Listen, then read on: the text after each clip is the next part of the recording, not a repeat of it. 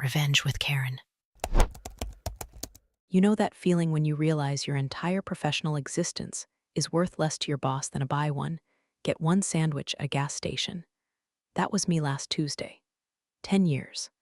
I have given Crosspoint Software a decade of my life.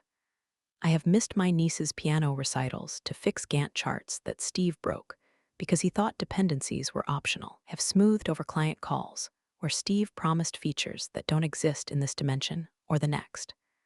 I have essentially been the WD-40, keeping this rusty, squealing machine from seizing up since the Obama administration. And what was the grand celebration? A mandatory 2 p.m. gathering in the break room, which, for the record, smells permanently like microwave tilapia and dashed dreams. Steve, the regional director of Looking Busy, linked a plastic fork against a Diet Coke can to get everyone's attention. He was wearing that navy blue blazer he thinks makes him look like a tech mogul, but actually makes him look like a divorced magician. "All right, team, gather round," Steve boomed, flashing that smile that never quite reaches his dead, shark-like eyes. "Today is a big day. A huge day. We are celebrating a milestone. Teresa here has been with us for 10 years. There was a smattering of applause, mostly from the junior devs who I've saved from being fired, and from Chloe, my mentee, who looked like she wanted to throw her laptop at Steve's head on my behalf. 10 years, Steve continued, putting a heavy hand on my shoulder. I flinched internally. That's loyalty, that's grit. And to show our appreciation for everything you do, Teresa, keeping the trains running, right? We got you a little something. He reached into his jacket pocket. I wasn't expecting a Rolex. I wasn't even expecting a bonus because Steve had been crying poverty about the department budget for 6 months. But I expected dignity, maybe a plaque, a handwritten note. He handed me a small, flimsy envelope. I opened it. It was a Starbucks gift card. I looked at the back, written in Sharpie in the amount box, $10, $10, $1 per year. I looked up at Steve. He was beaming, waiting for me to perform gratitude, spend it all in one place. He chuckled, looking around the room for laughter. Nobody laughed. Even the HR rep looked at her shoes. "Thanks, Steve," I said. My voice was steady, but inside a bridge was burning. A massive structural suspension bridge made of patience was collapsing into a river of gasoline. "This is really something. Only the best for our MVP," he said, slapping my back before diving toward the sheet cake, generic vanilla slab that had congratulatoins sick written in runny blue icing. If you've ever had a boss make you feel like a piece of office furniture he's considering selling on Craigslist, do me a favor, hit that subscribe button and give this a like. It really helps the team, and honestly, it's the only validation I'm getting this week since my decade of service is apparently worth 2 lattes. Thanks, guys. I walked back to my desk, gift card burning a hole in my pocket. I didn't scream. I didn't flip a table. I'm a project coordinator. We don't make messes, we clean them up. But as I sat down, I saw an email notification flash on my screen. It was a company-wide blast. Subject: Important Announcement, Acquisition News. Crosspoint Software was being acquired by Helix Dynamics, a massive parent company.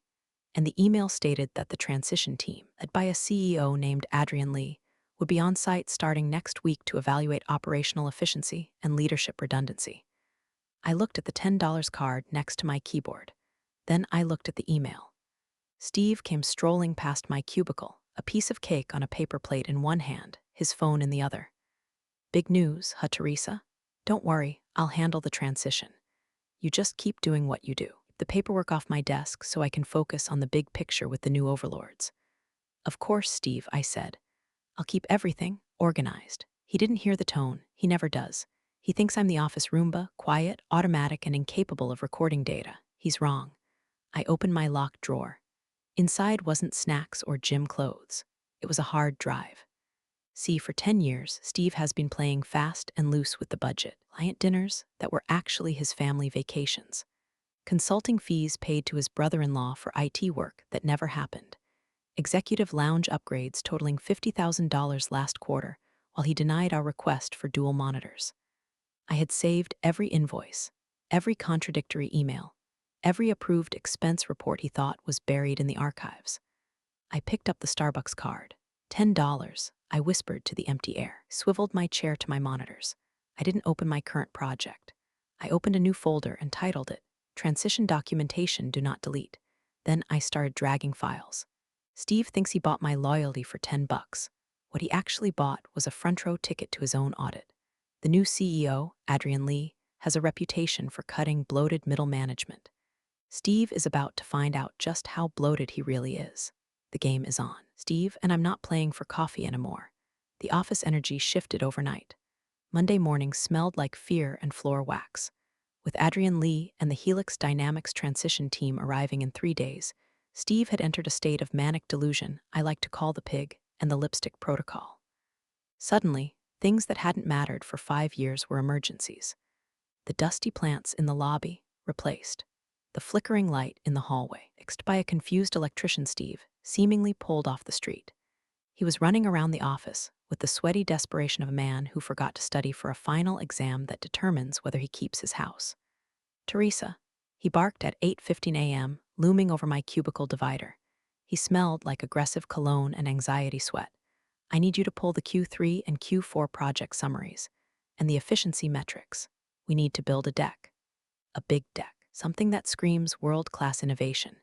We have the summaries, Steve, I said, not looking up from my email. They're in the shared drive. The ones showing we're 15% over budget on the alpha rollout because of that vendor change you authorized. He twitched. Right, about that. We need to massage the narrative.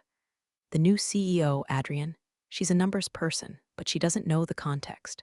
I need you to rework the slides. The vendor overages under R&D expansion or legacy system maintenance. I paused, my fingers hovering over the keyboard. You want me to reclassify cost overruns as research investments. It's all part of the same pot, Teresa. He laughed, a nervous, hacking sound. Don't get bogged down in the accounting weeds. Just make it look green. I need that deck by tomorrow morning. I have a vision meeting with Adrian's advance team. Sure, Steve, I said. Get right on that.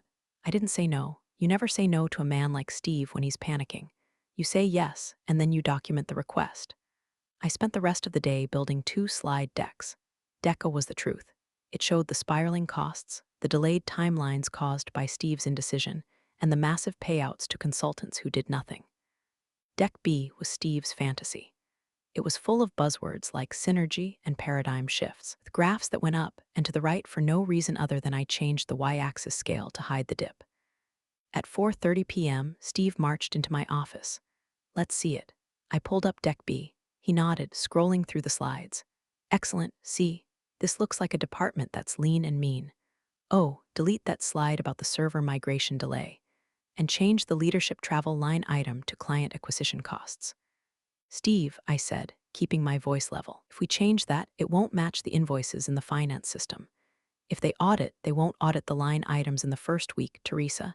He snapped, his face flushing red. They're looking at the big picture. Stop being such a pessimist and be a team player. Just make the changes. Okay, I said. I'll send the final version to your inbox. He patted my desk, leaving a smudge. That's why you're my rock, T-Bone. 10 more years, right? Waddled away to his corner office to practice his executive presence in the mirror. I saved the fraudulent Deck B and emailed it to him. But then, I did something else. I went into the version history of the file. I took a screenshot of the metadata showing exactly when the changes were made, and by whom me, but logged under his urgent directive, which I had him confirm via Slack message 5 minutes prior just to be clear on the edits. Then, opened the folder for the upcoming audit prep that the new parent company had set up. It was a restricted folder, but as senior coordinator, I had upload access. I didn't upload Steve's fantasy deck. I uploaded the raw data files. The unedited, ugly, bleeding red Excel sheets that showed exactly where the money had gone. I named the file Q3Q for raw data source, do not edit XLSX, and buried it inside a subfolder titled Legacy Archives. It was a breadcrumb. Adrian Lee is a numbers person, Steve said. Good. Numbers people dig. And when she digs, she's going to find that the beautiful pie chart Steve presents tomorrow is made entirely of lies and expense reports from the Four Seasons. As I left the office that evening, I saw Steve in the conference room, practicing his handshake with an empty chair. He looked confident. He looked like a man who thought he had successfully painted over the mold. Didn't realize I had just handed the building inspector a flashlight. Wednesday arrived, and with it, the Helix Dynamics entourage. Adrian Lee walked in like a weather front, cool, precise, and impossible to ignore. She was flanked by two assistants who looked like they ate spreadsheets for breakfast. Steve was vibrating at a frequency usually reserved for chihuahuas during a thunderstorm. His strategy, I quickly realized, was divide and conquer. Specifically, divide me from the new leadership so he could conquer the narrative. Teresa, Steve said, stopping by my desk at 9 a.m. He was holding a stack of files against his chest like a shield. Listen, regarding the strategy lunch with Adrian today, I think it's best if you sit this one out. Stay here and man the fort. We don't want to overwhelm them with too many cooks in the kitchen, right? Plus, someone needs to make sure the printers don't jam. I'm the senior project coordinator. I built the strategy they were discussing. But sure, I'll watch the printers. Understood, Steve, I said, putting on my best compliant employee face. You handle the big picture. He looked relieved. Exactly. Oh, and if anyone asks, that delay on the Delta project? Just mention that the team was struggling with the new coding language. We don't need to bore them with the details of the approval holdups. Blame the devs. Got it. Winked and rushed off. I watched him go, marveling at how he managed to throw an entire department under the bus before he'd even had his morning coffee. An hour later, I was deep in a spreadsheet when a young woman in a sharp gray suit appeared at my cubicle. It was one of Adrian's aides. Hi, she said. I'm Sarah from Ops. Steve mentioned in the briefing that he handles all the primary workflow mapping, but I noticed your name is on. Well, literally every document in the repository. I smiled. It was the smile of a tiger watching a gazelle limp. Steve is very hands-on, I lied smoothly. But yes, I manage the execution details. Sarah tapped her tablet. Adrian likes to get a ground floor view. Would you mind if I shadowed you for an hour, just to see how the data flows? I'd be delighted, I said. Pull up a chair. For the next 60 minutes, I put on a masterclass. I didn't say a single bad word about Steve. I didn't have to. I just let the work speak. So Sarah asked, pointing to a red flag on the dashboard, why is this vendor payment 6 weeks late? Oh, I said, pulling up the log. I prepared the invoice on the 1st. It's currently sitting in the director approval queue. It's been there for 44 days. The director approval queue? That's Steve? Yes. He's very busy, I said, sweet as peach tea. He has a lot of off-site meetings. Sarah frowned and made a note. And this scheduling conflict? It looks like the engineering team was double booked. Correct, I nodded. I flagged the conflict in Outlook 3 times. Here are the decline notifications. I opened a folder labeled Steve Schedule Overrides. Steve felt it was important to push for the aggressive timeline, so he overrode the capacity warnings. He overrode the capacity warnings, Sarah repeated, her typing speed increasing. The result? We missed the deadline by 3 weeks and paid $12,000 in overtime, I said simply. But the team really rallied. Sarah stopped typing. She looked at me. Then she looked at the chaos of sticky notes on Steve's glass wall across the room, visible from my desk, where he had written Synergy in giant red letters. Does he know how to use the project management software? She asked quietly. I took a sip of my water. He prefers to lead through verbal inspiration. Sarah closed her tablet. That was eye-opening. Thank you, Teresa. Anytime, Sarah. I'm just here to help. Later that afternoon, I walked past the conference room. Steve was standing at the head of the table, waving his arms, pointing at a slide that I knew for a fact contained made-up numbers. Adrian was sitting perfectly still, watching him. Then I saw her look down at her phone. Sarah had just sent her a message. Adrian read it, looked up at Steve. For the first time, her expression changed. It wasn't a smile.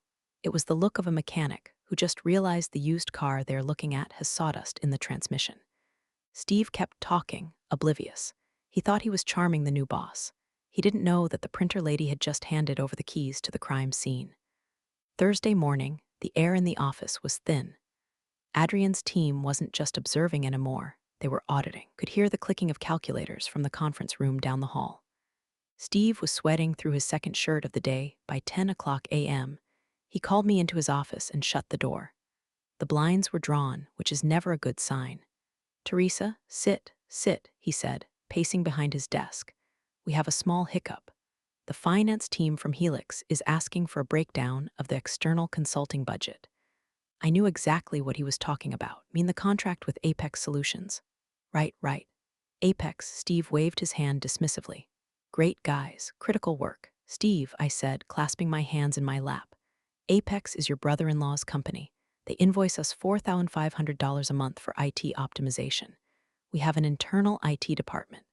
What exactly are they optimizing? It's high-level strategy, Teresa. You wouldn't see it on the daily logs, he snapped, wiping his forehead with a fast food napkin. The point is the margins look lopsided. I need you to go into the expense report for Q3 and reallocate some of those costs. Spread them out. Put some under training, some under hardware. Just smooth it out so it doesn't look like a lump sum. He was asking me to commit fraud, plain and simple. He wanted me to launder his nepotism through the general ledger.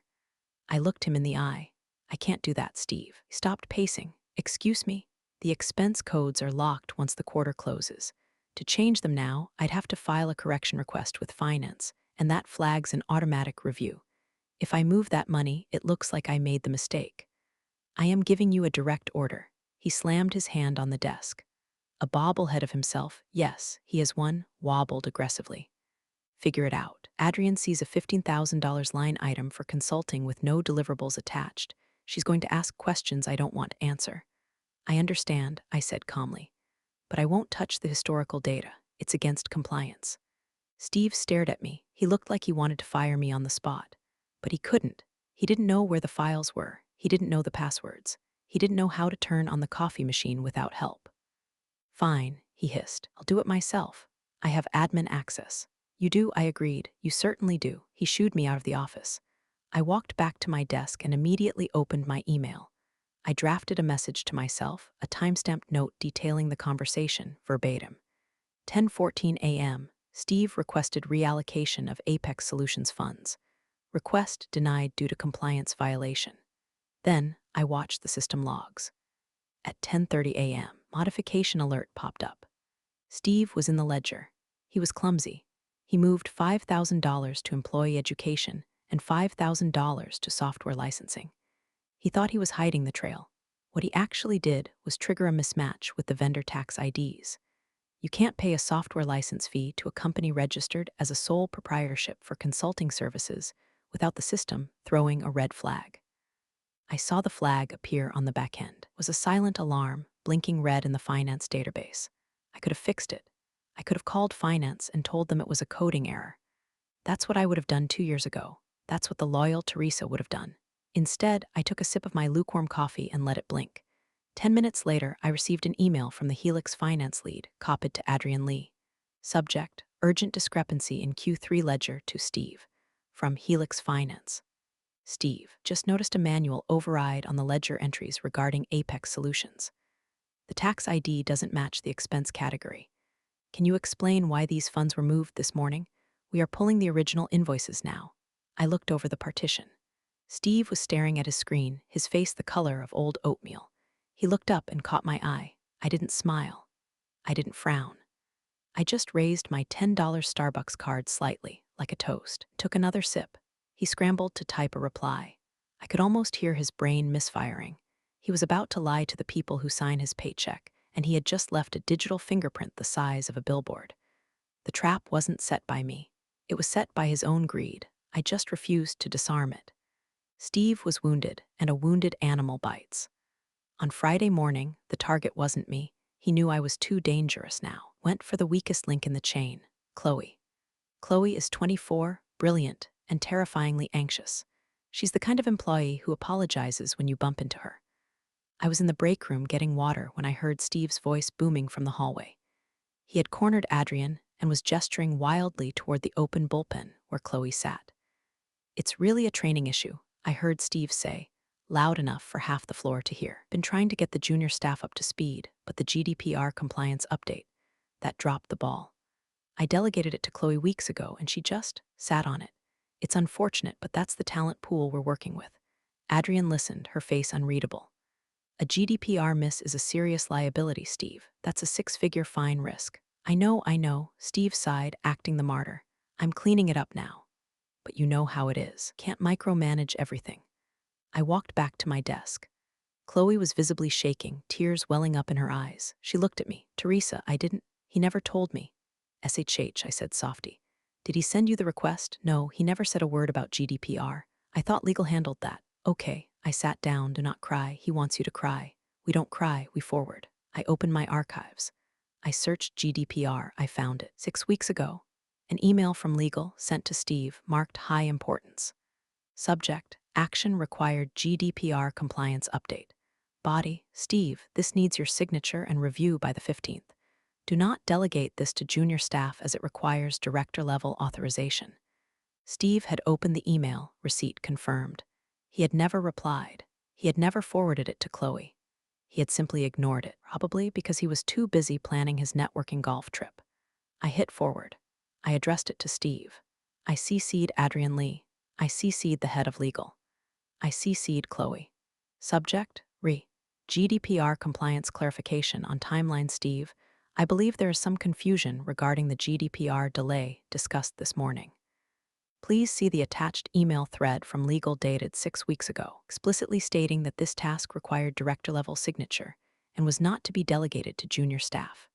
According to the server logs, this email was opened by you on the 12th, but no action was taken. Chloe does not have the clearance level to access these files, as per your own security protocol memo attached. I have the compliance forms ready for your signature now to mitigate the risk. Let me know when you are ready to sign. Best, Teresa. I hit send. Sound of the mouse click felt like a gavel banging. 3 minutes later, Steve's office door flew open. He stormed out, looking for me. But then he saw Adrian standing by Chloe's desk, reading something on her phone. Adrian looked up. She looked at Steve, then she looked at Chloe. Chloe, Adrian said, her voice surprisingly gentle. Don't worry about the compliance issue. It seems there was a communication error at the leadership level. Go grab a coffee. Steve froze in the middle of the hallway. He looked at me. I was typing away, looking incredibly busy. He marched over to my desk, lowering his voice to a hiss. You CC'd the CEO? Are you out of your mind? We keep this inside the family, Teresa. I finally looked up. Chloe is the family, Steve. You're just the landlord, and you're neglecting the property. You're playing a dangerous game, he spat, his face purple. I'm not playing, Steve, I said, pointing to my monitor. I'm coordinating. That's what you pay me for, or, well, that's what you pay me $10 for. He recoiled like I'd slapped him. He realized then that I wasn't just incompetent or lazy, which were his usual excuses for people. He realized I was hostile. He backed away, retreating to his office. I saw Adrian watching the interaction from across the room. She didn't intervene. She was gathering data points. Had just given her a critical one. The director blames his subordinates for his own negligence. Strike two, Steve. By Monday, the atmosphere in the office was brittle as dry ice. The rumor mill was churning. Helix Dynamics was making cuts. The question was, were they cutting the fat or the muscle? Adrian announced an open queue and a lunch for Tuesday. No topic off limits, the invite said. Transparency is key. Steve, naturally, viewed transparency as a mortal threat. He called an emergency prep meeting for the senior staff, excluding me, of course. But walls in our office are thin, and Steve has a voice that carries like a foghorn. Okay, I heard him telling the 2 other managers. When Adrian opens the floor, we need softballs. Mike, you ask about their vision for international expansion. Jen, you ask about. I don't know, synergy. Just keep the microphone away from the support staff. Don't need complaints about the coffee machine clogging up the strategic dialogue. He was scripting the town hall. He wanted a play, not a meeting. I sat at my desk, looking at the confidential folder I had been building. It was full. Vendor overpayments, the GDPR negligence, the timestamps of him leaving at 2 p.m. on Fridays while the team worked until 8. The $10 gift card receipt. Yes, I scanned it. I didn't want to make a scene. Screaming matches are for reality TV. I wanted precision. I saw Adrian walking through the bullpen late that afternoon. She was alone, reviewing notes on a tablet. This was it. I waited until she passed my row. I stood up holding a plain manila folder. Miss Lee, she stopped and turned. Her eyes were tired but sharp. Teresa, the project coordinator, right? Yes, ma'am. Sarah from Ops speaks highly of you. Says you know where the bodies are buried. I don't bury bodies, Miss Lee, I said, offering a small, tight smile. I just file the death certificates. I held out the folder. Steve asked us to prepare some materials for the transition. He wanted to make sure you saw the highlight reel. I thought you might want the raw footage instead. For context. She looked at the folder. Then she looked at me. Is this going to ruin my dinner? It might clarify your lunch tomorrow, I said. She took it. Thank you, Teresa. Just doing my job. I sat back down. I didn't tell her what was in it. I didn't rant about Steve. I just handed over the ammunition.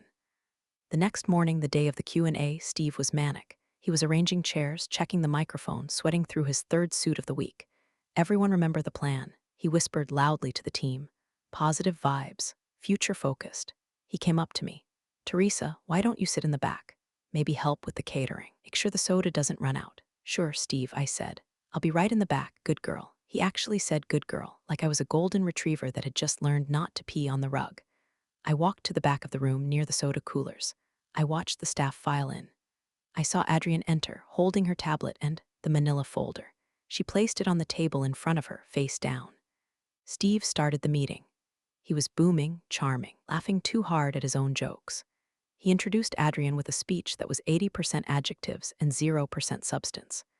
And now, Steve beamed, I'll hand it over to our new leader, Adrienne Lee, for some questions. Who wants to start? Mike, I think you had a question. Mike, looking hostage-stricken, raised his hand. Yes, can you tell us about the international synergy? I leaned against the back wall, sipping a Diet Coke. Steve looked triumphant, thought he was conducting an orchestra. He didn't notice Adrienne's hand resting on the folder. He didn't notice that she hadn't answered Mike's question yet. She was just looking at Steve. The stage was set, the lights were on, and the trapdoor was about to open. The cue and it was dragging on. Adrienne answered the softball questions politely, but her eyes kept drifting to Steve, who was practically vibrating with self-satisfaction. He thought he had pulled it off, thought the positive vibes shield was holding. We were wrapping up. People were starting to eye the sandwich platters. One last thing, Steve announced, stepping back to the microphone. I just want to say how proud I am of this team. We're a family here. We take care of each other. He scanned the room, looking for prop. His eyes landed on me in the back. Take Teresa, for example. Every head turned. I froze. Oh no. Don't do it, Steve. Don't drag me into your theater. Teresa just hit her 10-year anniversary. Steve boomed. 10 years. Stand up, Teresa. I stayed leaning against the wall. I didn't wave. We recognized her just last week, Steve continued, oblivious to the temperature dropping in the room. He turned to Adrienne, grinning. We believe in rewarding loyalty here. Small tokens of appreciation go a long way, right? He chuckled. So, Teresa, did you ever use that coffee card I gave you? Buy yourself a double-shot espresso on the company? It was a throwaway line, a joke. He expected me to say, not yet, Steve, or sure did. He expected the prop to speak its line. The room was silent. Adrienne looked at me. She wasn't smiling. I pushed off the wall. I walked forward a few steps, just enough to be seen clearly by everyone. Actually, Steve, I said. My voice wasn't loud, but in the dead silence, it carried like a bell. I didn't use it. Steve's smile faltered slightly. Oh, saving it for a rainy day. I looked directly at Adrienne. I gave it to your new boss, I said. Steve blinked. What? I gave it to Miss Lee, I continued, my voice steady, cold, and absolutely clear. I included it in the folder I gave her yesterday, along with the receipt. Steve looked at the manila folder under Adrienne's hand. He went pale. I told her, I said, a $10 gift card for 10 years of service perfectly illustrates your department's budget priorities, especially when compared to the $50,000 spent on the executive lounge renovation last month. The silence that followed wasn't just quiet. It was a vacuum. It sucked the air out of the room. You could hear the hum of the vending machine in the hallway. Steve's mouth opened and closed like a fish on a dock. Now, Teresa, that's a mischaracterization. Adrienne spoke. She didn't stand up, she just tapped the folder. I reviewed the contents of this folder last night, Steve, and Teresa is right. The math is illuminating. She looked at the Starbucks card, which she slid out of the folder and placed on the table. The little plastic card looked absurdly bright against the dark wood. $10, Adrienne said, for a decade. She looked up at Steve. Is this how you value your assets, Steve? Or is this just how you value the people who hide your liabilities? Steve looked at me. There was no anger in his eyes anymore, just terror. I didn't smirk, I didn't gloat. I just took a sip of my Diet Coke. I think I'll take that sandwich now, I said, and I walked out of the room. Behind me, the murmurs exploded. I heard Steve stammering, trying to backtrack, trying to spin. But it was over. You can't spin gravity. I walked back to my desk, sat down. For the first time in 10 years, I felt light. I didn't need the coffee. The adrenaline was plenty. The rest of the afternoon was a study in slow-motion demolition. Steve didn't come back to his office after the lunch. Adrienne did.